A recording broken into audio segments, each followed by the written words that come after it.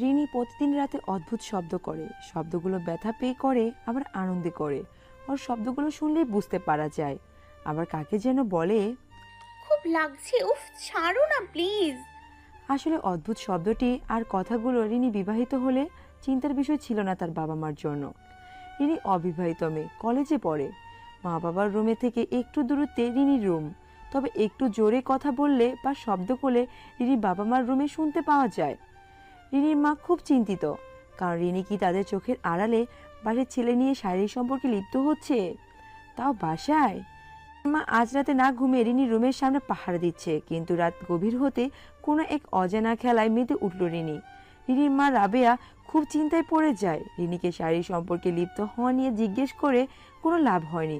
রাবেয়া বলেছিল, রেনি, তুই কি আমাদের চোখে ফাঁকি দিয়ে বাসায় তোর বয়ফ্রেন্ড নিয়ে আসিস আর নষ্টামি খেলাতে মেতে থাকিস প্রতি রাতে? রিনি বলে, মা তুমি এসব কি বলছো? আমি কারোর সাথে প্রেম অবধি করিনি, আর শারীরিক সম্পর্কে লিপ্ত হওয়া তো দূরের কথা।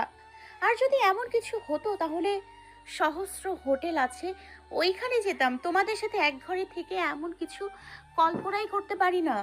রাবেয়া মেয়েকে অবিশ্বাস করেনি, কারণ সে যা বলেছে সব ঠিক কথাই। মেয়ে তো এমন কিছু করতে চাইলে ঘরের বাইরে অনায়াসে করতে পারত। তাহলে কি হয় প্রতি রাতে রিনির ঘরে? মেয়ের উপর বিশ্বাস থাকলেও সন্দেহ যেন একটু রয়েই যায়। তাই রাবেয়া আজ রাতে মেয়ের রুমে লুকিয়ে থাকবে। সন্তানের ভালো মন্দ দেখা বাবা মার কর্তব্য, আর খারাপ কিছু করে থাকলে শাস্তি দিতে হয়, না হয় জীবনে এমন ভুল বারবার করার সম্ভাবনা থাকে। তাই রাবেয়া আজকে ঠিক রাতে চুরি করে রিনির খাটের নিচে লুকিয়ে পড়ে। আজ রাতে দেখবে কি হয় এই রুমে তার মেয়ের সাথে, তাদের চোখের আড়ালে। এগুলো ভাবতে থাকে আর অপেক্ষা করতে থাকে। এইভাবে অনেকটা সময় চলে গেল আর রাত গভীর হতে থাকে।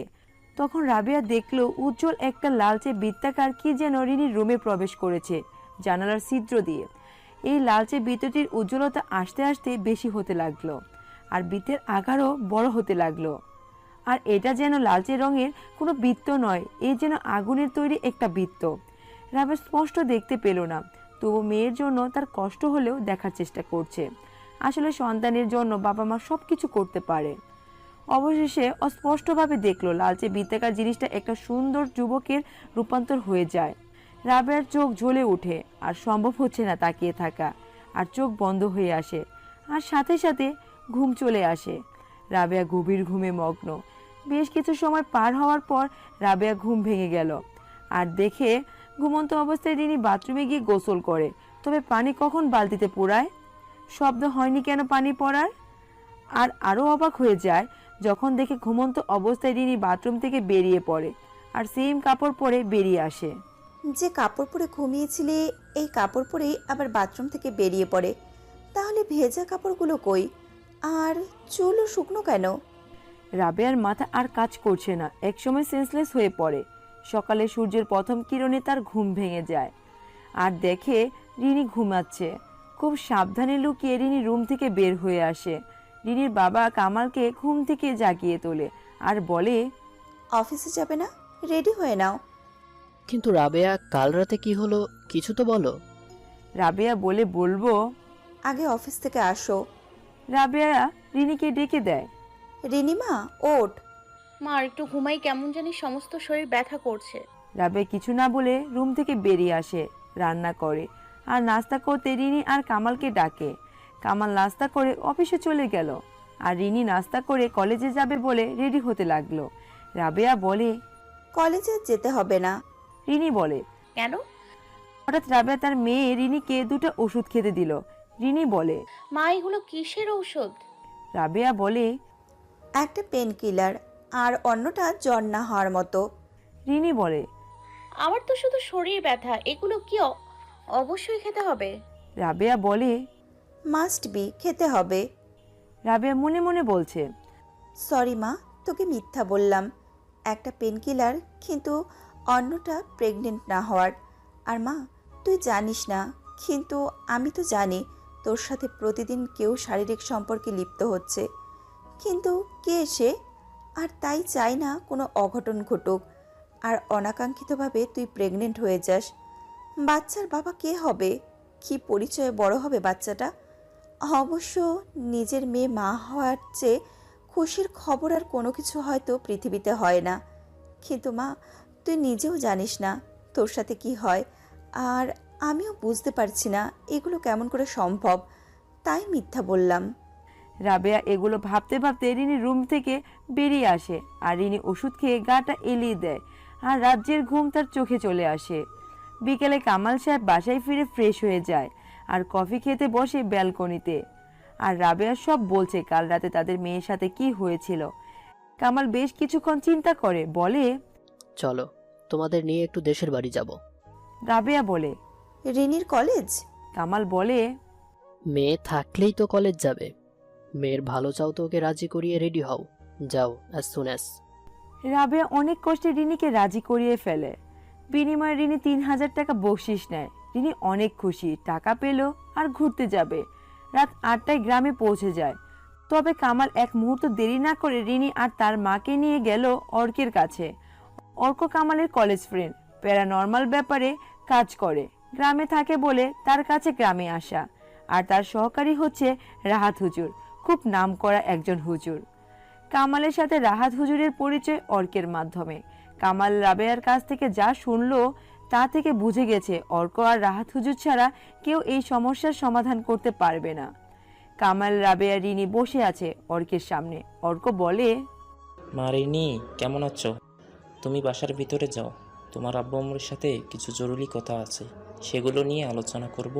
আর হ্যাঁ, ভিতরে তোমার লাবু আন্টি আছে, কি যেন রান্না করতেছে, যাও গিয়ে তোমার লেবু আন্টির সাথে গল্প করো। অর্ক তাদের পাশের ফ্ল্যাট থেকে রাহাত হুজুরকে ডেকে আনে। অবশ্য কামাল অর্ককে আগে বলে রেখেছে তার পুরো পরিবার অর্কের বাসায় রাতে আসছে। অর্ক জানে কোনো জরুরি ব্যাপারে কামাল আসছে, কারণ এখন অফিসে কামালের কোনো ছুটি নেই। বেড়াতে আসলে ছুটি পেলে আসতো, আর গ্রামে এসে তড়িঘড়ি করে তার বাসায় চলে আসে। তাই অর্কের মনে হচ্ছে ব্যাপারটা মারাত্মক কিছু হবে। তাই অর্ক সময় নষ্ট না করে মূল কথার প্রসঙ্গে চলে আসে। অবশেষে রাবেয়া, কামাল, অর্ক আর রাহাত হুজুর মিলে বসে আছে, আর রাবেয়া সব বলছে। অর্ক আর হুজুর সব মনোযোগ দিয়ে শুনেছে সবকিছু। হঠাৎ করে বেশ কিছুক্ষণ পর লাবু এসে বলে, বারে, রাবিয়া ভাবি আমার সাথে একটু দেখাও করেনি। অভিমানী কণ্ঠে। চলেন ডিনার করে নিই। অর্ক বলে, লেবু, তুমি রেডি করো খাবার, আমরা আসছি। আর রিনি, মাকে নিয়ে আসো, একসাথে সবাই বসে ডিনারটা করে ফেলি। সবার ডিনার শেষে অর্ক বলে, রাবেয়া ভাবি, আপনি আর লাবু ঘুমিয়ে পড়েন। লাবু বলে, একদম না, আমিও দেখতে চাই রিমিমাকে কোন বান্দর এভাবে ডিস্টার্ব করে। অর্ক বলে। যাও, বেশি কথা বলো না, ভাবিকে নিয়ে ঘুমিয়ে পড়ো। রাবেয়া কিছু বলছে না, কিন্তু তারও ইচ্ছে মেয়ের কাছাকাছি থাকার। কামাল আগেই বলে দিয়েছিল অর্ক যেমন বলে তেমনই করবে। তাই রাবেয়া চুপচাপ থেকে লাবুর সাথে ঘুমাতে যায়। কিন্তু লাবু আর রাবেয়া কারো চোখে ঘুম ছিল না। রিনির চিন্তায় মন অস্থির হয়ে আছে। অর্ক, কামাল, রাহাত হুজুর আর রিনি একটা রুমে গেল। রিনি বলে, বাবা আমি ঘুমাবো। কামাল বলে, অর্ক, রাবে আর লাবু ভাবিকেও ডাক, তুই বকা দিয়ে ভুল করেছিস। আর ওদের দোয়া পড়ে রাহাত হুজুর ফু দিয়ে দিলে কিছু হবে না। অর্ক লাবুকে বলে, সরি, রাগ করিও না, তোমাদের কিছু হবে না, এই ভয়ে আসতে নিষেধ করেছিলাম। লাবু আর রাবেয়া আসলো। রাহাত হুজুর ফু দিয়ে দিল দোয়া পড়ে। অন্যদিকে রিনি ঘুমিয়ে পড়ল। রাত কখন আস্তে আস্তে গভীর হতে থাকে। সবাই বসে আছে। রিনিকে একটা বৃত্তের ভিতরে আবদ্ধ করে রাখে ঘুমন্ত অবস্থায়। অবশ্যই রিনি ঘুমিয়ে পড়াতে অর্কের কাজ আরও কমে যায়। ভালো, সব ভালো, কিন্তু ভালো নয়। কিছু করতে গেলে বাধা আসবে না, এমন কি হয় নাকি? তখনই লালচে বৃত্তটির প্রবেশ ঘটে রুমে। অর্কের মুখে যেন হাসি ফুটে ওঠে। সে মনে করেছে যে সে নিমিষে লালচে বৃত্তটিকে নিজের অধীনে আনতে পারবে, কিন্তু একটু পর হাসি মুখটা যেন নিমিষে কালো হয়ে গেছে। লালচে বৃত্তটির তীব্রতা অনেক বেশি, যার ফলে অর্ক, লাবু, রাবেয়া, রাহাত হুজুর, কামাল সবারই তাকিয়ে থাকতে কষ্ট হচ্ছে। এক পর্যায়ে তাদের সবার চোখ জোড়া জ্বলতে শুরু করে, যার ফলে সবাই চোখের জ্বালা সহ্য করতে না পেরে সেন্সলেস হয়ে যায়। রাত যখন শেষের পথে সবার প্রথমে অর্কের চোখ খুলে, তখনই দেখে রিনি ঘুমাচ্ছে। তবে তারা যে বৃত্তের ভিতরে রিনিকে আবদ্ধ করে রেখেছিল সেই বৃত্তের অস্তিত্ব আর নেই। তাহলে তাদের সবার চোখের আড়ালে আবার সেই এসে শারীর সম্পর্কে লিপ্ত হয়েছে।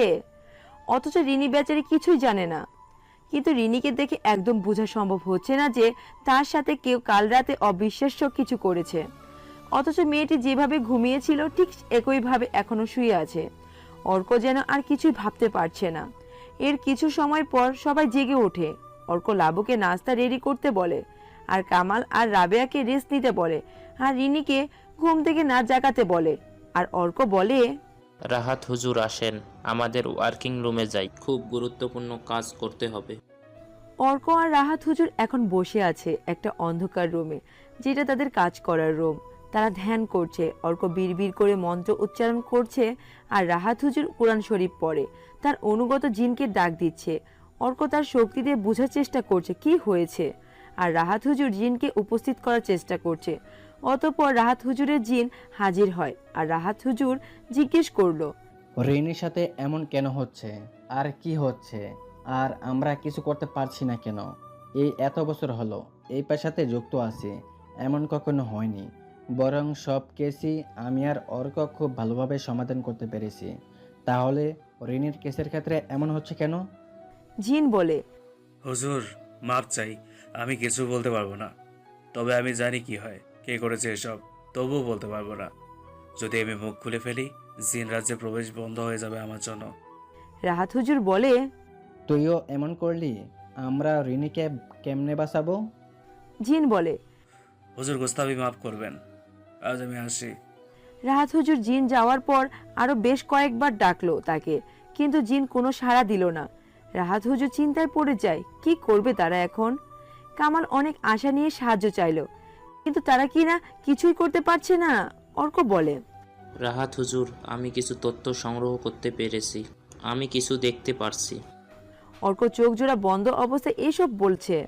রাহাত হুজুরের মুখে যেন হাসি ফুটে উঠেছে। অর্ক বলে, যে রিনির সাথে শারীরিক সম্পর্কে লিপ্ত হচ্ছে সে খুব শক্তিশালী, আর সে হচ্ছে জিন রাজ্যের রাজার একমাত্র ছেলে ইমতিয়াজ। আর তার কাছে জিন রাজা ও রানীর উভয়ের শক্তি আছে, যার ফলে সে সব কিছু করতে পারে। রাহাত হুজুর, আমি আরও কিছু তথ্য দেখতে পারছি, কিন্তু মুখ খুলে বলতে পারছি না। এমন কেন মনে হচ্ছে, আর আমার শরীর অবশ্যই যাচ্ছে। তখনই অর্ক সেন্সলেস হয়ে পড়ে যায়। রাহাত হুজুর অর্ককে কোলে করে ড্রয়িং রুমে নিয়ে গেল, আর সবাইকে ডাক দিল। এইভাবে অর্কের নিথর শরীরটা বেশ কিছুক্ষণ পড়েছিল। গ্রামের ডাক্তারও তেমন নেই, কিন্তু আরো কিছু সময় পর অর্ক একটু সুস্থ হয়ে উঠল। রাহাত হুজুর এখন বুঝতে পারছে এই কারণে তার জিন তাকে কিছুই বলতে নারাজ ছিল। অর্কের এই অবস্থা, না জানি জিনের কি হতো, আর এজন্য হয়তো পরে বেশ কয়েকজন বার ডেকেছে, ও সাড়া দিল না জিনটা। অর্ক বলে, রাহাত হুজুর, এ কাজে সাহায্য লাগবে, খুব জটিল একটা কাজ। আমি আর আপনি একা কিছু করতে গেলে প্রাণ যাবে নিশ্চিত। রাহাত হুজুর বলে, কার থেকে সাহায্য নেবে, কে করবে সাহায্য? অর্ক বলে, মনে আছে আমার দুটা বন্ধুর কথা বলেছিলাম, সুমি আর জান্নাত, আরেকটা বন্ধু হাবিব। রাহাত হুজুর বলে, আরে মনে আছে, কিন্তু ওদের কি পাওয়ার আছে যে আমাদের সাহায্য করতে পারবে? অর্ক বলে, ওদের পাওয়ার আছে, শুধু আমি জানি। তবে কেউ কে না বলতে বলেছিল। এখন এই পরিস্থিতিতে না বলে পারলাম না। শুনুন তাহলে ওদের তিনজনের কি পাওয়ার আছে। 1. সুমনের কাছে প্যারানর্মাল জিনিসের অবস্থান কোথায় তা চোখ বন্ধ করেই দেখার ক্ষমতা আছে। 2. জান্নাতের কাছে জিন রাজ্যের সাথে যোগাযোগ করার ক্ষমতা আছে, আর জিন রাজার বিশেষ অতিথি। 3. হাবিবের কাছে একটি স্ফটিক আছে যার দ্বারা অতীত দেখা যায়। কামাল রীতিমতো আশ্চর্য। একসাথে তাদের সাথে ভার্সিটি শেষ করেও এই বিষয়ে একদম অবগত ছিল না। আর লাবু তো একদম নীরব হয়ে আছে।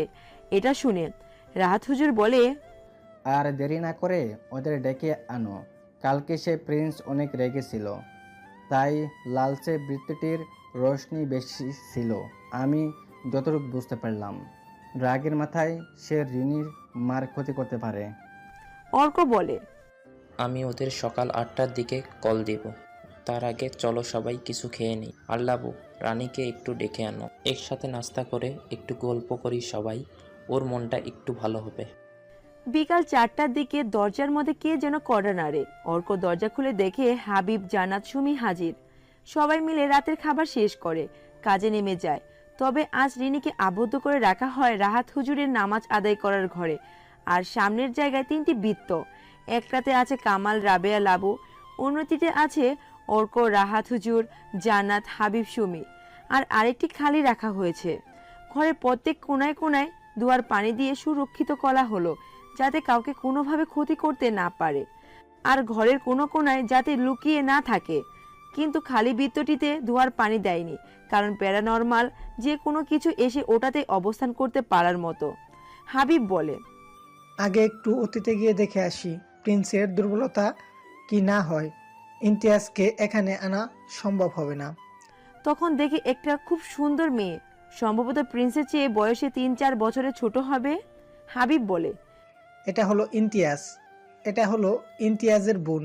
আমার প্রিন্সের সবচেয়ে বড় দুর্বলতা। জিন মেয়েটির নাম হচ্ছে শাম্মী। জান্নাত আর সুমি আবার খেয়াল করে দেখে, আরে এই মেয়েকে কলেজেই তো দেখেছিলাম, ইন্টারমিডিয়েটে এই মেয়েটি বিজ্ঞান বিভাগের ছাত্রী ছিল। লাবু বলে, আরে এ কি কাণ্ড! জিনও দেখি মানুষের লগে লেখাপড়া শুরু করছে। অর্ক বলে, তাহলে এখন আমরা জেনে গেছি প্রিন্সকে আমাদের কাছে আনতে হলে তার প্রাণপ্রিয় বোন শাম্মী যথেষ্ট। সুমি শোন, হাবিবের কাজ কমপ্লিট, এবার কিন্তু সুমি তোর পালা। সুমি বলে, ওকে লিডার। অর্ক বলে, ভালো করে দেখ শালার ফ্রেন্ড আশেপাশে নাকি। সুমি চোখ জোড়া বন্ধ করতেই দেখার চেষ্টা করছে আশেপাশে অশরীর বা প্যারানর্মাল কিছু আছে কিনা। সুমি হঠাৎ দেখতে পেল কেউ একজন খুব চেষ্টা করছে ঘরের ভিতর প্রবেশ করার, কিন্তু সে আগন্তুক চাইছে না সেই সাজিয়ে রাখা বৃত্তের তার প্রবেশ হোক। অন্যদিকে এদের সবার কাণ্ড দেখতে দেখতে রিনি ঘুমিয়ে পড়ল। রাবেয়া বলে, রিনি, এই রিনি, ঘুমিয়ে গেলি নাকি? সারা দিন শুধু ঘুম। আমরা আছি তোর চিন্তায় আর তুই পড়ে পড়ে ঘুমাচ্ছিস। তোকে তো ঘুমের মধ্যে পানিতে ফেলে দিলেও তুই জানবি না। কামাল বলে, রাবেয়া, মেয়েটাকে কেন বকাবকি করছো? রিনিমা, তুই ঘুমিয়ে পড়। তোর মার স্বভাবই এমন, জানোস তো, সারাদিন খালি বক বক করে। তুমি যে বলছো পানিতে ফেলে দিলেও রিনি জানতে পারবে না, ওর সাথে এর চেয়ে মারাত্মক কিছু হয়েছিল এবং হচ্ছে। সে তো আরও কিছু জানে না। না জানি আমার কোন পাপের শাস্তি আল্লাহ এইভাবে আমার আদরের মেয়েকে দিচ্ছে। কথায় আছে, মা বাবা কোনো দোষ করলে নাকি তার প্রভাব সন্তানের উপর পড়ে। কামাল আবার বলে, আর রাবেয়া, একটা জিনিস লক্ষ্য করো, রিনি কিন্তু আগের মতো গুলুমুলু নেই। আমার সুন্দর দেখতে মেয়েটার শরীর আর স্বাস্থ্য কেমন যেন হয়ে গেছে। শালা জিন ইমতিয়াজকে হাতের কাছে পাইলেই হবে, শেষ করে দিব শালাকে। রাতের পর রাত যখন গভীর হয়, আমার মেয়ের সাথে আমার মেয়ের রিনি অজান্তেই এক নষ্টামি খেলায় মেতে ওঠে। আমি না রাবেয়া একটা জিনিস কিছুতেই মেলাতে পারছি না। রাতে এত কিছু হয় কিন্তু রিনি কিছুই জানে না কেন। আসলে রাবেয়া মেয়ের স্বাস্থ্যের দিকে একদম খেয়াল করেনি। কামাল বলার পর লক্ষ্য করে দেখে আসলেই কামাল যা বলেছে ভুল কিছু বলেনি। এরপর রাবেয়া বলে, ওগো, আসল ব্যাপার হচ্ছে আমরা সবাই টেনশনে আছি। খাওয়া দাওয়া, রাতের ঘুম হারাম হয়ে গেছে। আর নবাব যদি ঘুমাচ্ছে, তাই দেখে বকে দিচ্ছিলাম। আর একটা কথা কি জানো, রিনিরও জেগে থাকতে হবে। রিনিরও জানা দরকার কি হয় ওর সাথে রাতের আধারে। আর রাত যখন ঠিক গভীর হয়ে আসে, কামাল, তুমি একটা জিনিস বুঝতে পারছো না, আর আমাকে দেখো, আমি আরও 1000টা প্রশ্নের উত্তর পাচ্ছি না। রাহাত হুজুর বলে, আরে তোমরা বোঝামায় ঝগড়া বিদাপ কেন বাঁধাচ্ছ? অরিনি এখন ঘুমাক, প্রিন্স আসলেই এমনিতেই ও সজাগ হবে। আর তোমাদের সব প্রশ্নের উত্তর প্রিন্সকে হাতের মুঠাই করে নিতে হবে, পেয়ে যাবে। আর কামাল, আপনি আর ভাবি আর ঝামেলা করিয়েন না। লাবু, ভাবির মতো চুপ করে বসে থাকেন। লাবু বলে, কি বলবো, বুঝতে না পেরে চেয়ে আছি আপনাদের সবার দিকে। অর্ক বলে উঠল, সুমি, তোর কাজ শেষ। জান্নাত, তোর কাজের পালা, কাজ শুরু করে দে। জান্নাত বলে, তাহলে তোরা সবাই চুপ থাক, আমি জিনের রাজাকে ডাকার চেষ্টা করি। জান্নাত অনেকক্ষণ চোখ জোড়া বন্ধ করে জিনের রাজার নাম ধরে ডাকে। জিনের রাজা রশিদ, আপনি কি আমাকে শুনতে পারছেন? শুনতে পেলে আমার ডাকে সাড়া দিন, আমার খুব জরুরি কাজে আপনাকে দরকার। বেশ কিছু সময় চলে গেল আর জান্নাত হতাশ হয়ে যায়। কেন সাড়া দিচ্ছে না জিন রাজা? রাহাত হুজুর বলে ধৈর্য রাখতে। তিনি আরো বলেছেন, কথায় আছে না, আল্লাহ পাক ধৈর্যশীল ব্যক্তিকে বেশি পছন্দ করেন। জান্নাত আবার ধৈর্য ধরে আবার ডাকতে শুরু করে আলহামদুলিল্লাহ বলে উঠে জান্নাত। রাহাত হুজুর বলে, আপনার ডাকে কি সাড়া দিচ্ছে? জান্নাত বলে, উনি এখন আমাদের সামনে আসবেন আর যথাসম্ভব সাহায্য করবেন বলেছেন। একটু পর জিন রাজা উপস্থিত হয়ে গেল। জিন রাজা রশিদ বলে, কি হলো জান্নাত, সমস্যাটা বলো, আর কি করতে পারি তোমার জন্য? জান্নাত একে একে সব বলে। আর হাবিব বলে, এই জিন প্রিন্সের ছবি আমার স্ফটিকে আছে, দেখেন জাহাপনা। রাজা রশিদ যেন অবাকের চূড়ান্ত সীমায় পৌঁছে যায়। রাজা বলে, এটা আমার ছেলে প্রিন্স ইমতিয়াজ। সে এত নিচু কাজ করতে পারে আমি ভাবতেই পারছি না। আমি ওকে সুশিক্ষা দিয়েছি, নিশ্চয়ই কোনো কারণ আছে, না হয় সে এমন করার কথা নয়, বরং প্রশ্নও ওঠে না। রাজা রশিদ বেশ কয়েকবার তার ছেলেকে ডাক দেয়, কিন্তু সাড়া দিচ্ছে না। তখনই হাবিব বলে, জিন জাহাপনা, গুস্তাকি মাফ করবেন, আমরা আপনার ছেলের দুর্বলতা জানি, আর তার দুর্বলতা তার আদরের বোন শাম্মী। শাম্মী তো আপনার মেয়ে, যদি আপনার মেয়েকে এখানে আনা হয় তাহলে প্রিন্স নিজে থেকে ধরা দেবে। রাজা রশিদ বলেন, আমিও চাই সে আমাদের কাছে আসুক। রাজা রশিদ তার মেয়ে শাম্মীকে ডাক দেয়, সাথে সাথে চলে আসলো। হাবিব মনে মনে বলে, বাহ, মেয়েটা দেখি বাবার বাধ্য মেয়ে। হাবিব আরেক পলকে শাম্মীর দিকে ফিরে তাকায়। হাবিব মনে মনে বলছে, বাহ, বেশ সুন্দর জিন মেয়েটা, কোমর অবধি শুয়ে আছে, কালো কালো চুল, আর গায়ের রং হালকা গোলাপি, যেন আল্লাহকে বানানোর সময় দুধের সাদা রঙের মধ্যে হালকা গোলাপি রং ঢেলে দিয়েছিল। বেশ সুন্দর, আর নীল রঙের শাড়িতে আরো আকৃষ্ট করছে। এক কথায় মেয়েটা যেন একটা অপরূপ সুন্দরী।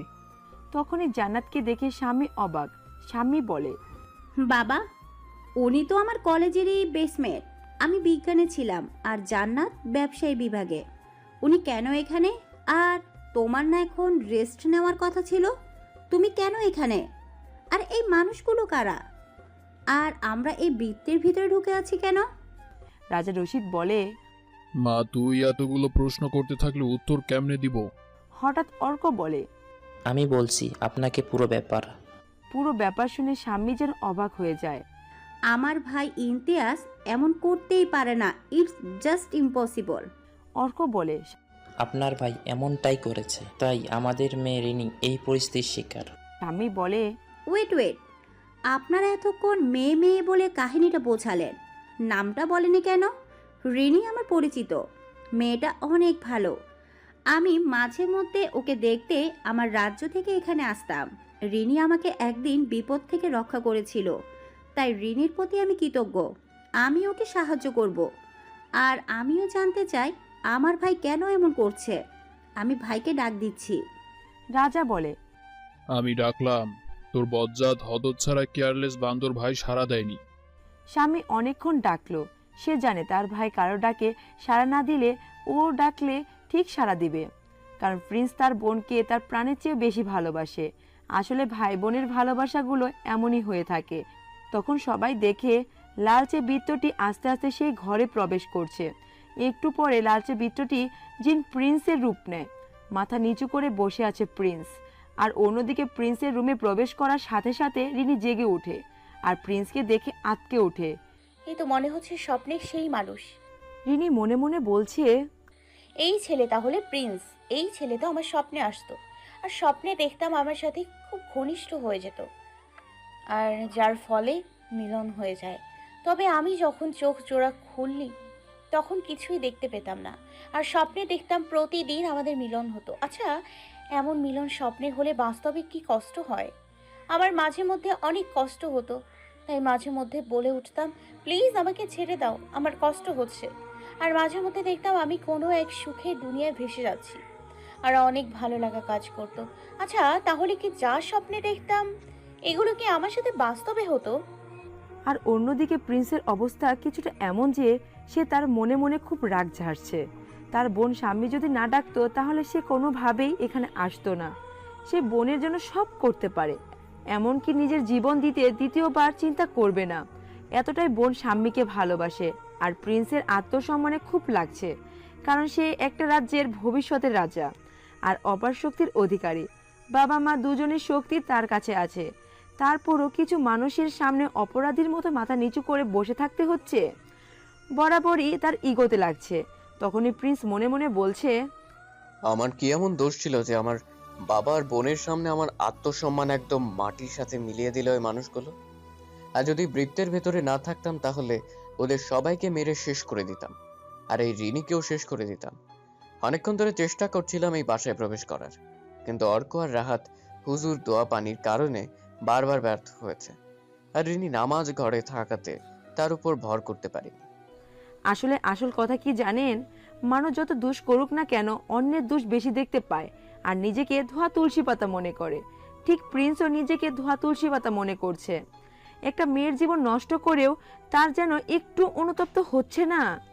লাবু বলে, আচ্ছা রাবিয়া ভাবি, এই প্রিন্সের চোখ এত লাল হয়ে গেছে কেন?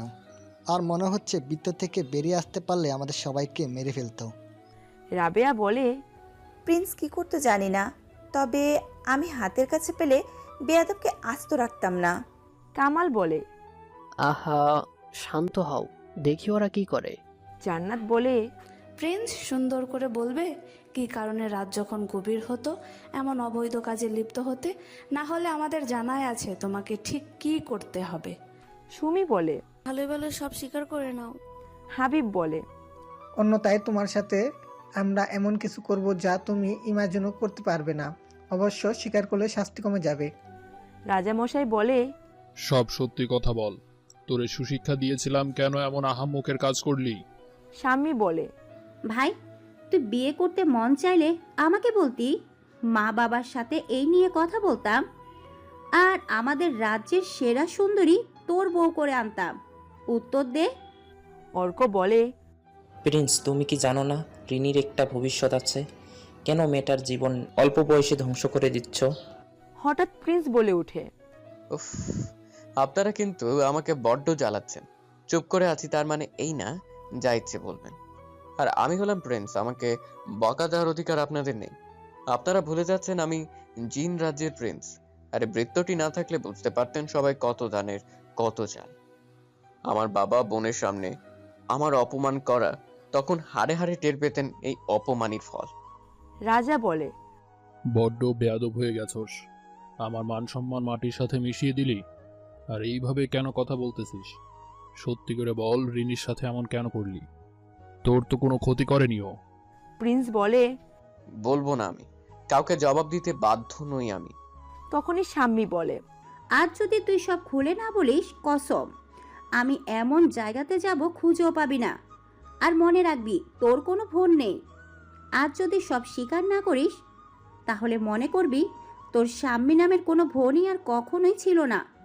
প্রিন্স বলে, আমি কার জন্য আসছি এখানে? তুই না ডাকলে আমি জীবনেও আসতাম না এখানে। বাবার ডাকেও সাড়া দেইনি, দেখিসনি? জানিস তো, প্লিজ বোন এমন করিস না, আমি বাঁচতে পারবো না তুই বিনা। শাম্মী বলে, তাহলে সব স্বীকার কর। কিন্তু তবুও বেশ কিছুক্ষণ প্রিন্স চুপ ছিল। অর্ক বলে, কি হলো বলো প্রিন্স? কামাল বলে, প্রিন্স, ধৈর্যের পরীক্ষা নিচ্ছ মনে হয় আমাদের। সব বলো, না হয় তোমার অবস্থা খুব খারাপ হবে। রাবেয়া বলে, এখন চুপ কেন? রাতের পর রাত আমার মেয়েকে নিয়ে নষ্ট খেলায় মেতে উঠেছিস, ফষ্টি নষ্টি করছিস। আমার নির্দোষ মেয়েটা কিছুই জানতো না, আর এখন স্বীকার করতে বলছি, মুখে তালা দিয়ে রাখছিস কেন? লাবু বলে, শান্ত হন ভাবি, আপনি এরকম করলে অসুস্থ হয়ে পড়বেন। হাবিব বলে, আর কিছুক্ষণ অপেক্ষা করব, না বললে তোমার উপর আমরা যে কোনো সময় অ্যাকশন নিতে বাধ্য হব। রাহাত হুজুর বলে, আমার রাগ উঠলে তোমাকে শেষ করে ফেলবো প্রিন্স। তুমি জানো এটা করা আমার জন্য বড় ব্যাপার নয়। যা বলার তাড়াতাড়ি বলো। প্রিন্স তখনও চুপ ছিল। তখনই হঠাৎ জান্নাত বলে, শাম্মী, তুমি বরং যেখানে যাওয়ার যাবে বলেছিলে চলে যাও। তোমার ভাইয়ের মুখে তালা দেওয়া আছে। তোমার ভাই তোমাকে ভালোই বাসে না, তাই এখনো চুপ। চলে যাও যত তাড়াতাড়ি পারো। শাম্মী বলে, এখনই চলে যাচ্ছি। ভাই তুই আমাকে জীবনেও আর খুঁজে পাবি না। প্রিন্সের চোখ জোড়া অশ্রুতে টলমল করছে। তার চোখ জোড়া আগুনের গোলার মতো লাল হয়ে আছে। ওদের প্রতি তীব্র রাগের বহিঃপ্রকাশ তার চোখ জোড়া দেখলেই বোঝা যাচ্ছে। কথায় আছে, ভাইয়েরা হচ্ছে আল্লাহ পাকের এক বড় নিয়ামত। বোনের সুখের জন্য বোনের মুখে হাসি ফোটাতে তারা সব করতে পারে, সে কাজ যত কঠিন হোক না কেন। ভাইয়েরা সে কাজ অনায়াসে বোনের জন্য করে ফেলে। বিনিময়ে তাদের বোনের মুখে এক টুকরো হাসি ভাইদের সব গ্লানি মোচন করে দেয়। আসলে প্রিন্সও বোনকে মারাত্মক ভালোবাসে, আর তাই তো স্বামী যাওয়ার জন্য পা বাড়াতেই প্রিন্স চিৎকার দেয়, আর প্রিন্স বলে, আমি প্রতিশোধ নিচ্ছিলাম। প্রতিশোধ?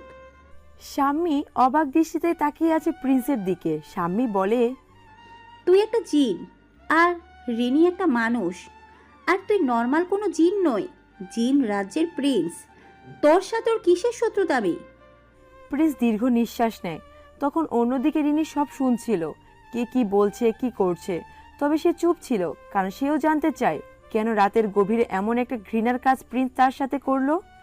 আসলে বিয়ের পর স্বামী স্ত্রী সম্পর্কে ঘনিষ্ঠতা হওয়া হালাল, এটা সবার কাছে গ্রহণীয়, কিন্তু বিয়ের আগে এরকম ঘনিষ্ঠ সম্পর্কে জড়িয়ে যাওয়া সম্পূর্ণ হারাম, সকলের নিকট দৃষ্টিকটু, আর সবাই ঘৃণার চোখে দেখে। ঠিক তাই রিনির কাছেও এটা একটা ঘৃণিত কাজ হিসাবে গণ্য হচ্ছে। তখনই প্রিন্স চোখ জোড়া বন্ধ করে আবার বলতে শুরু করে, আমি আর আমার বোন খুব ঘুরে বেড়াতাম, দুইজনে ভ্রমণ পিপাসু, আর আমাদের যখন যেখানে ইচ্ছে চোখের পলক ফেলতেই চলে যেতে পারি। সব জায়গায় তো জিন থাকে।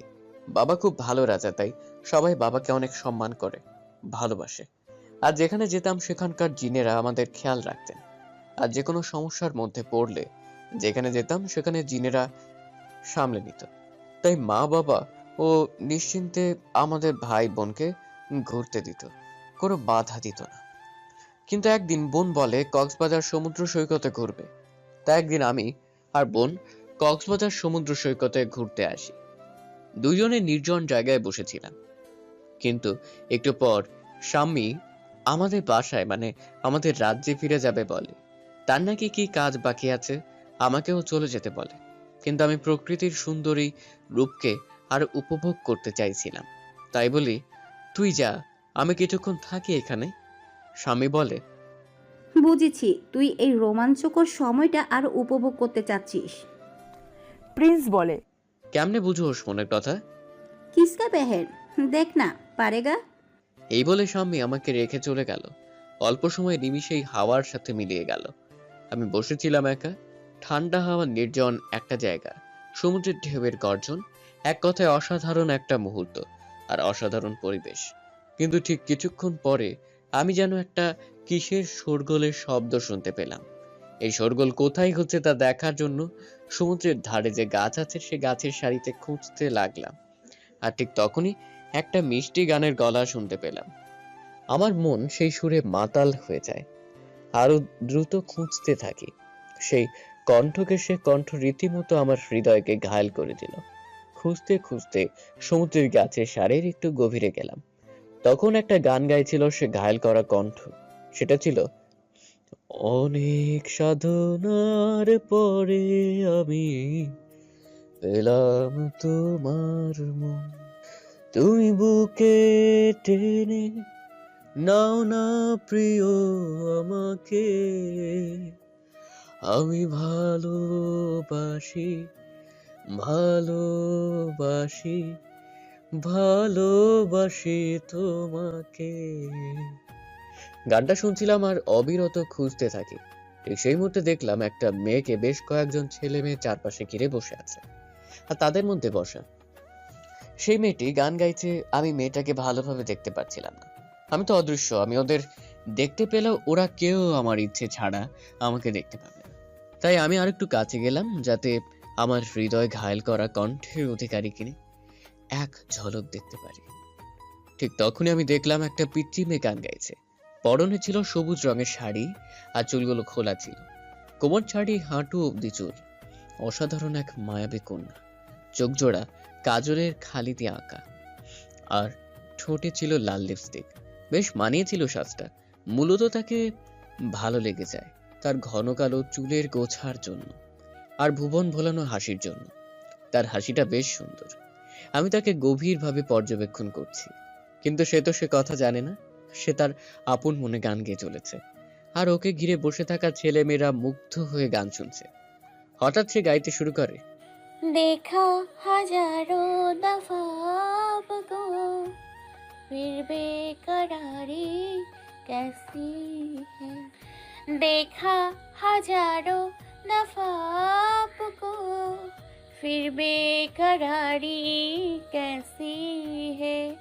তখন আমি বলে উঠি, বা আমার অনুভূতির সাথে খাপে খাপ খেয়ে গেছে, তবে আমি খেয়াল করিনি আমি ওর খুব কাছে চলে আসি। আর একটা কথা, আমাদের জীবনীদের মেয়েদের সুন্দর চুলের প্রতি দুর্বলতা থাকে, তাই রাতে কোথাও গেলে মেয়েদের চুল সামনে রাখা উচিত।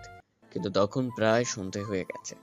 তার চুল আর তার সাজ সন্ধ্যের হালকা আলো আর আধারের সময় তাকে আরো সুন্দর করে তুলেছে।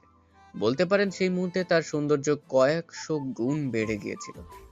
তার খুব কাছে চলে গিয়েছিলাম, যার ফলে তার চুলের অপরূপ ঘ্রাণ আমার নাকে পাচ্ছিলাম। অনুভব করতে পারছিলাম সেই মন মাতানো সৌরভ। আমি উপলব্ধি করলাম আমি ওর থেকে 2 ইঞ্চি দূরত্বে আছি। কবিরা ঠিকই বলেছেন, মেয়েদের চুলে এক অপরূপ ঘ্রাণ থাকে যা মন উথাল পাথাল করে দেয়। সেদিন গান শেষ হতেই সবাই চলে যেতে লাগলো। আমি সেই মেয়েটার পিছু নিলাম, ওর বাড়িটা চিনে নিলাম। সেই মায়াবিনীর নাম ছিল রিনি। প্রশ্ন আসতে পারে নাম কেমনে জানলাম? যখন সে বাসায় ফিরে যায় তখন তার মা রাবেয়া বলেছিল, রেনি ফিরে এসছিস, এত দেরি হলো কেন? আমি সেইভাবে সেদিন তার নাম জানতে পারলাম। এরপর আমি রাজ্যে ফিরে আসি, কারণ স্বামী চিন্তা করবে দেরি হলে। কিন্তু সেদিন রাতে আমার অবাধ্য মন আবার পাগলামি শুরু করে বসে। তখন ইচ্ছে হচ্ছিল মায়াবতীর চুলের ঘ্রাণ নিতে, তার কালো আকর্ষণীয় চুলগুলো দেখতে। আমি আর নিজেকে কন্ট্রোল করতে পারিনি। অবশেষে সেদিন রাতে রিনির বাসায় প্রবেশ করি। রিনির রুম খুঁজে পেতে কষ্ট হলো, কিন্তু শেষে ঠিকই খুঁজে পেলাম। আমি যখন রুমে গেলাম দেখি সে বাচ্চা মেয়েদের মতো ঘুমাচ্ছে। তার ঘুমন্ত মুখ দেখে আমি আরো ঘায়াল হয়ে গেলাম। আসলে কিছু কিছু মেয়েদের ঘুমন্ত মুখ দেখতে অসাধারণ লাগে। আমি তাকে ছুঁয়ে দিতে চাইলাম, কিন্তু পারলাম না। আমি চিন্তায় পড়ে যাই, কেন এমন হলো।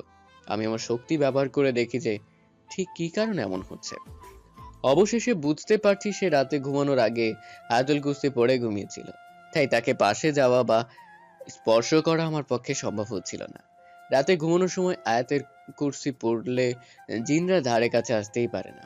আমার ক্ষেত্রেও তাই হলো। আমি তাই সামনে থাকা চেয়ারে বসে রিনিকে দেখছিলাম। রাত যখন গভীর হতে থাকে রিনি নাড়াচাড়া শুরু করে দেয়। সে ঘুমানোর সময় প্লাজো আর ফতুয়া পড়েছিল। নাড়াচাড়া করার ফলে ফতুয়া কিছুটা উঠে গেছে, যার ফলে কোমরের খানিকটা দেখা যাচ্ছে। তার কোমরে একটা কুচকুচে কালো তিল ছিল, বেশ আকর্ষণীয় লাগছিল। বেশ কিছুক্ষণ ছিলাম রিনির রুমে, কিন্তু ফজরের আজান দিতে আমি রাজ্যে ফিরে আসি। এইটুকু বলে প্রিন্স চুপ হয়ে যায়। লাবু বলে, তারপর কি হলো? প্রিন্স আবার বলতে শুরু করে। আমি আবার সকালে রিনিকে দেখতে গেলাম। সে স্কুলে যাচ্ছিল, আর আমি আমার রূপ কিছুটা কালচে ভাবে এনে ওর সামনে স্কুলের পথে ইচ্ছে করে ধাক্কা খেলাম। রিনি বলে, ওই মিয়া চোখ জোড়া কি বাসায় রেখে আসছেন, হ্যাঁ, নাকি চোখ জোড়া বন্ধ করে চলেন? বলে দুইটাই সঠিক। রিনি আর এক মুহূর্ত না দাঁড়িয়ে স্কুলে চলে গেল। আমি দাঁড়িয়ে থেকে তার চলে যাওয়া দেখছিলাম। এইভাবে রোজ দেখা হতো, তবে রিনি কখনো আমার সাথে ভালোভাবে কথাই বলতো না। আর আমি যখন প্রতিদিন স্কুলের পথে দাঁড়িয়ে থাকতাম, আমার এক বন্ধু আমাকে সঙ্গী দিত, জিন বন্ধু আর কি। সে বন্ধু হলো রহমান জিন। রহমান বলে, আরে জিন রাজ্যে কত অপ্সরা তোর উপরে মরে, আর তুই কি না এই মেয়ের জন্য ফিদা হয়ে গেলি? প্রিন্স বলে, ও হাজারের মধ্যে একজন। পৃথিবীতে আমার চোখ ও সেরা রূপবতী। এইভাবে চলতে থাকে। প্রিন্সকে দেখলেই রিনি রাগে একটা মুখ বানিয়ে চলে যেত। তবে প্রতিদিন রিনির রুমে প্রিন্স যেত, ধরাছোঁয়া যেত না, শুধু দূর থেকে দেখা যেত। সে প্রতিদিন আয়াতুল কুরসি পড়তো, তাই এমনটা হতো। তবে বেশ লুকিয়ে লুকিয়ে দেখতাম রিনিকে। যত দেখতাম তত বেশি ভালো লেগে যেত। একদিন স্কুলের রাস্তায় ওর জন্য অপেক্ষা করছিলাম। একটা ছেলে খুব হ্যান্ডসাম করে স্কুলের অপোজিটের দোকানে দাঁড়িয়ে আছে। রিনি প্রতিদিন এই দোকান থেকে পানিপুরি বা ফুচকা খেত, তাই আমার নজর সে দোকানের দিকে ছিল। রিনি আজও গেল সে দোকানে, কিন্তু সেই ছেলেটা রিনির দোকানে প্রবেশ করতেই হাঁটু গেড়ে প্রপোজ করে বসে। রিনি কোনো কিছু না বলে পাশ কাটিয়ে চলে গেল। আমার বন্ধু রহমান বলল, মামা যা করার তাড়াতাড়ি করো, না হয় আমও যাবে, চালিয়েও পাবে না। প্রিন্স বলে, আচ্ছা কালকে কিছু করব। পরদিন সকালে প্রিন্স 100টা গোলাপ আর বেশি করে চকলেট আর একটা পুরস্কার দোকান সহ রিনির অপেক্ষায় আছে। রিনি আসতেই প্রিন্স হাঁটু ভাঁজ করে ফুল দিল, কিন্তু ঠিক তখনই রিনি আমাকে অবাক করে বসে। সে আমার হাতে রাখা ফুলগুলো নিয়ে নেয়, আর 1 সেকেন্ড দেরি না করে সেগুলো মাটিতে ফেলে দেয়, আর ফুলগুলো পা দিয়ে নষ্ট করে ফেলে, আর চকলেটগুলো ডাস্টবিনে ফেলে দেয়। এরপর আমি অবাক হয়ে এক দৃষ্টিতে তাকিয়ে আছি। ওর কাণ্ড দেখে আমি ভাবনায় পড়ে যাই। আমার ভাবনায় ছেদ পড়ে যখন গালে একটা তীব্র যন্ত্রণা অনুভব করি। একটু পর বুঝতে পারছি আমার গালে রিনি থাপ্পড় দিয়েছে। আর রিনি বলে, তোর সাহস কেমনে হয় আমাকে প্রপোজ করার? তোর মতো হাজারটা লাফাঙ্গা আমি জীবনে অনেক দেখেছি, নিজের মুখ মনে হয় আয়নার মধ্যে দেখিস নাই। এই মুখ নিয়ে আমাকে প্রপোজ করতে আসছস? দেখোস নাই ওই দিন সেই ছেলেটাকে অ্যাকসেপ্ট করিনি? তুই যে আমাকে ফলো করস আমি জানতাম, কিন্তু তোর আজ লিমিট পার করে দিলি। আসছে বামুন হয়ে চাঁদে হাত দিতে চাইছে। নিজেকে আমার উপযুক্ত কর, তারপর ভেবে দেখব। প্রিন্স বলে, বাহ, এত তেজ! কিসের এত অহংকার? তোমার লাইফ যদি তছনছ না করি তাহলে আমি ইমতিয়াজ নই। ওর সামনে প্রিন্সটা বলিনি, কারণ চাই না ও জানুক আমি একটা প্রিন্স। আমার কথাগুলো রিনি কোনো পাত্তা না দিয়ে চলে গেল। রমান বলে, দোস্ত মাথা ঠান্ডা কর, ওরা মানুষ, ওদের সাথে চাইলে অদৃশ্যভাবে অনেক কিছুই করা যাবে, কিন্তু আমরা অন্যের ক্ষতি না করাই ভালো। আর তুই তোর আসল রূপ নিয়ে প্রপোজ করলে কি হতো? প্রিন্স বলে, যে চিনবে সে কয়লার মধ্যে থেকে খাঁটি সোনাও বের করতে পারবে। সে খাঁটি জিনিস খুঁজে পায়নি। কথা আছে না, ডোন্ট জাজ এ বুক বাই ইটস কভার। ও আমার কভার দেখে আমাকে যাচাই করেছে। এটা তার ব্যর্থতা, কিন্তু আমাকে অপমানের প্রতিশোধ আমি ওর থেকে নিয়ে ছাড়ব। কিন্তু সেদিন রাতে আবার তার রুমে প্রবেশ করি, তবে মনের টানে নয়, প্রতিশোধের নেশায়। সেদিন রাত গভীরতে আমি রিনির রুমে প্রবেশ করি, কিন্তু রিনি কই? এই রুমে নেই। এভাবে 7 দিন গেলাম, কিন্তু পেলাম না। 8ম দিনের দিন দেখি আমি রিনির বাসায় প্রবেশ করতেই পারছিলাম না। যখনই প্রবেশ করতে যাই কি যেন অদৃশ্য শক্তি আমাকে বাধা দিচ্ছিল।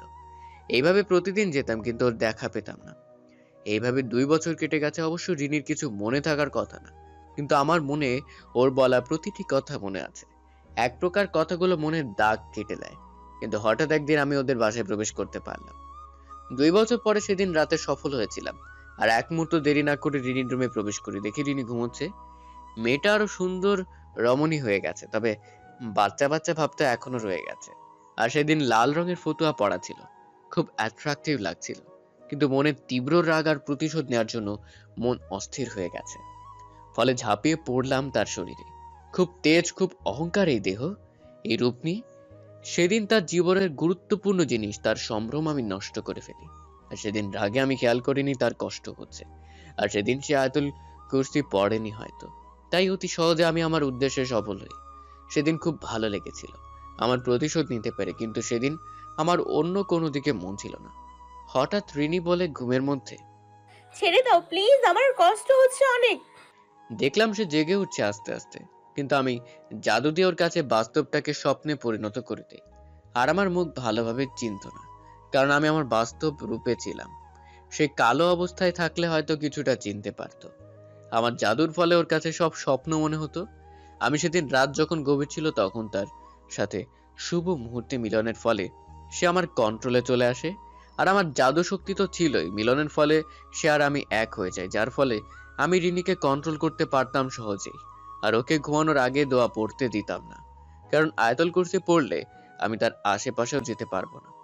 এইভাবে চলছিল সময়। রাত যখন গভীর হতো আমি রিনির কাছে যেতাম, আর ফজরের ওয়াক্তের একটু আগে রাজ্যে ফিরে যেতাম। রাবেয়া বলে, বাহ, এখন তো শান্তি পেয়েছো আমার মেয়ের জীবন নষ্ট করে। আর আমার মনে যে প্রশ্নের উদয় হচ্ছে সেগুলোর উত্তর দাও। ওর কাছে একই কাপড় কেন হতো? আর গোসল করলে চুল শুকনো কেন থাকতো? আর পানি বালতিতে পড়ার শব্দ পেতাম না কেন? আমি রাতে আমাদের শারীরিক সম্পর্ক শেষ হতেই জাদু দিয়ে তার জন্য পানি রেখে দিতাম। আর একই রকম কাপড় এনে রাখতাম, যে কাপড় ঘুমানোর আগে পরতো সেরকম কাপড় আমি এনে রাখতাম। আর ভেজা কাপড় রাজ্যে ফিরে যেতেই নদীতে ফেলে দিতাম। তিনি সম্পূর্ণ আমার আয়ত্তে ছিল, তাই তাকে গোসল করাতে শুধু ইশারা করলেই হতো। তার শরীর আপনা আপনি গোসল করে ফেলে। সে ঘুমন্ত অবস্থায় গোসল শেষ করে, আর গোসল শেষে চুল শুকনো করে দিতাম আমি। তারপর সে বাথরুম থেকে বেরিয়ে আসতো। যেদিন আমাদের প্রথম মিলন ঘটে সেদিন রিনি ব্যথায় চিৎকার করে বসে, যার কারণে শব্দ আপনাদের রুম অবধি গিয়েছিল। এরপরে তেমন শব্দ হতো না, হালকা শব্দ হতো। আর আমরা জিনেরা আগুনের তৈরি, তাই আমাদের উজ্জ্বলতা সহ্য করতে পারে না মানুষ। দেখে থাকলে চোখ জোড়া জ্বলতে থাকবে, তবে আমাদের যাকে ইচ্ছে দেখা দিই, সে সেই উজ্জ্বলতা সহ্য করতে পারে।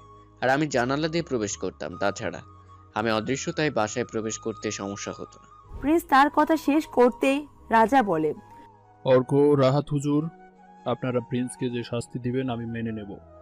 অন্যদিকে রিনি সব শুনে অবাক হয়ে যায়। রিনি বলে, আপনি আমার জীবন নষ্ট করে দিলেন। আমি কখনো আপনাকে ক্ষমা করব না। সেদিন মায়ের সাথে ঝামেলা করে স্কুলে গিয়েছিলাম, মন মেজাজ কিছু ঠিক ছিল না। রাগের মাথায়ও এসব কথা বলে ফেলি।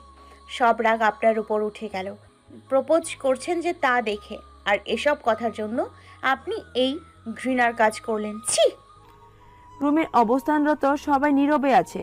তখন নীরবতা ভেঙে কামাল বলে, রাবেয়া, রিনি কখন এইভাবে চুল ছেড়ে বাইরে গিয়েছিল? আমার আদেশ কি ছিল? বোরকা ছাড়া যেন বের না হয় রিনি, আর তা না হলে ভালো করে হিজাব পরে যেতে হবে। তোমরা মা মেয়ে আমার আদেশ অমান্য করেছ, যার ফলে দেখো এই পরিণতি। রাবেয়া, জবাব দাও।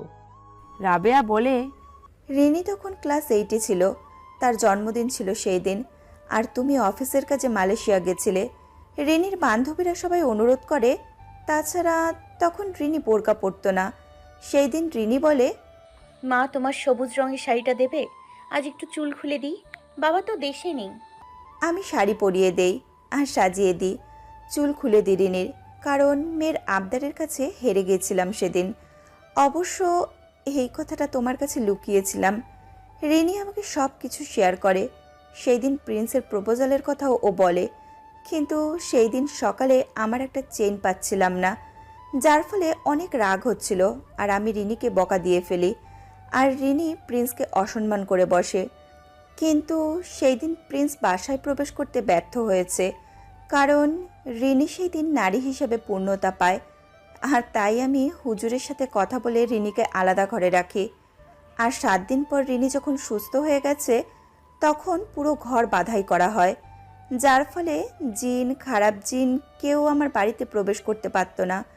তবে 2 বছর পর প্রিন্স বাসায় প্রবেশ করতে সফল হওয়ার একটা কারণ আছে, তা আমি এখন বুঝতে পারছি।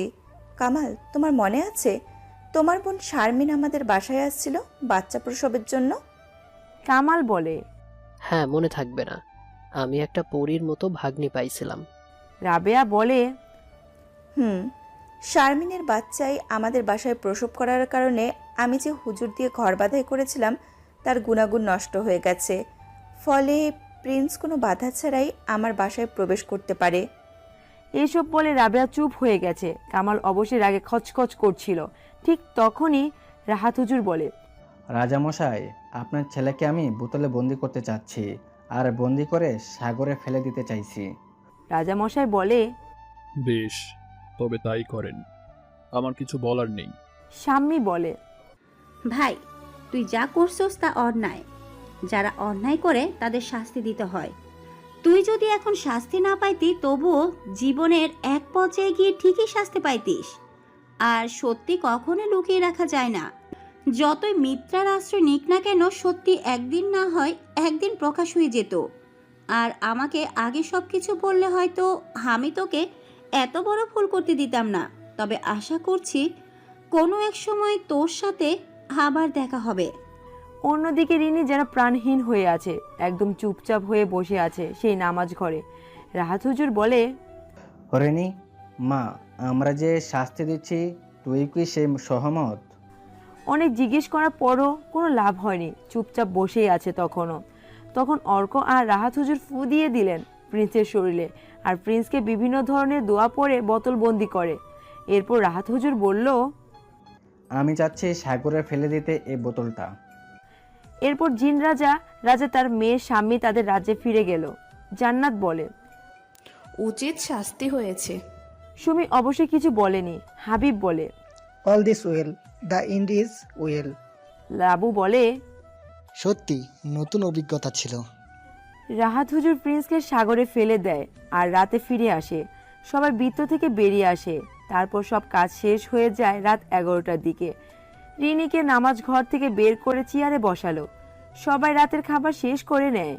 আজ সবাই চিন্তামুক্ত, কারণ তাদের মেয়ে রিনি আর রাত যখন গভীর হতো যে অঘটনের শিকার হতো, আজ থেকে এমন কিছু হবে না। অবশেষে প্রিন্সের কাছ থেকে মুক্তি পেল তাদের মেয়ে রিনি। সবাই বসে আড্ডা দিচ্ছে। রিনিও তাদের সাথে একটু দূরত্ব রেখে বসে আছে। চুপচাপ হয়ে। লাবু কফি বানিয়ে আনে, সবাই কফি খাচ্ছে। রাত যখন গভীর হচ্ছে সবার ঘুম পেতে লাগলো। রিনি তখনও চুলগুলো এলোমেলো রেখে বসে আছে ব্যালকনির পাশে। কিন্তু যখন সবাই ঘুমাতে যাবে ভাবছিল, ঠিক তখনই ঘরের সব লাইটগুলো মুহূর্তের মধ্যে বন্ধ হয়ে গেল। সবাই আর কিছু দেখতে পাচ্ছে না, মোবাইলগুলো তাদের পাশে ছিল না। তখনই রাবেয়া বলে, সবার আওয়াজ শুনতে পাচ্ছি, কিন্তু রিনির আওয়াজ শুনতে পারছি না কেন? রিনি তো অন্ধকারে ভয় পায়। অন্যদিন হলে চিৎকার করে পুরো বাসা মাথায় তুলে ফেলতো, কিন্তু আজকে অন্ধকারে কেন ওর সাড়া পাচ্ছি না? একটু পর লাইটগুলো মুহূর্তের মধ্যে জ্বলে ওঠে আর সবাই দেখে আসে পাশে কোথাও রিনি নেই। ব্যালকনিতেও ভালোভাবে দেখে, কিন্তু সেখানেও নেই। অর্ক আর রাহাত হুজুর তাদের শক্তি দিয়ে খুঁজে দেখে, তার ফলাফলও শূন্য। সুমি, জান্নাত, হাবিবও কিছু করতে পারেনি, অনেক চেষ্টা করছে কিন্তু কোনো খোঁজ মেলেনি। সব জায়গায় খুঁজেও রিনিকে পাওয়া যায়নি, ফলাফল শূন্য। একদিকে প্রিন্স গভীর সমুদ্রের জলে ভেসে বেড়াচ্ছে বোতলবন্দি হয়ে, আর অন্যদিকে রিনি নিখোঁজ। আসলে কিছু গল্পের পরিণতি সুখের হয় না, পূর্ণতা মিলে না সব গল্পের। এই গল্পটা ঠিক তেমনই একটা গল্পটা ঠিক অপূর্ণ রেখে শেষ করলাম।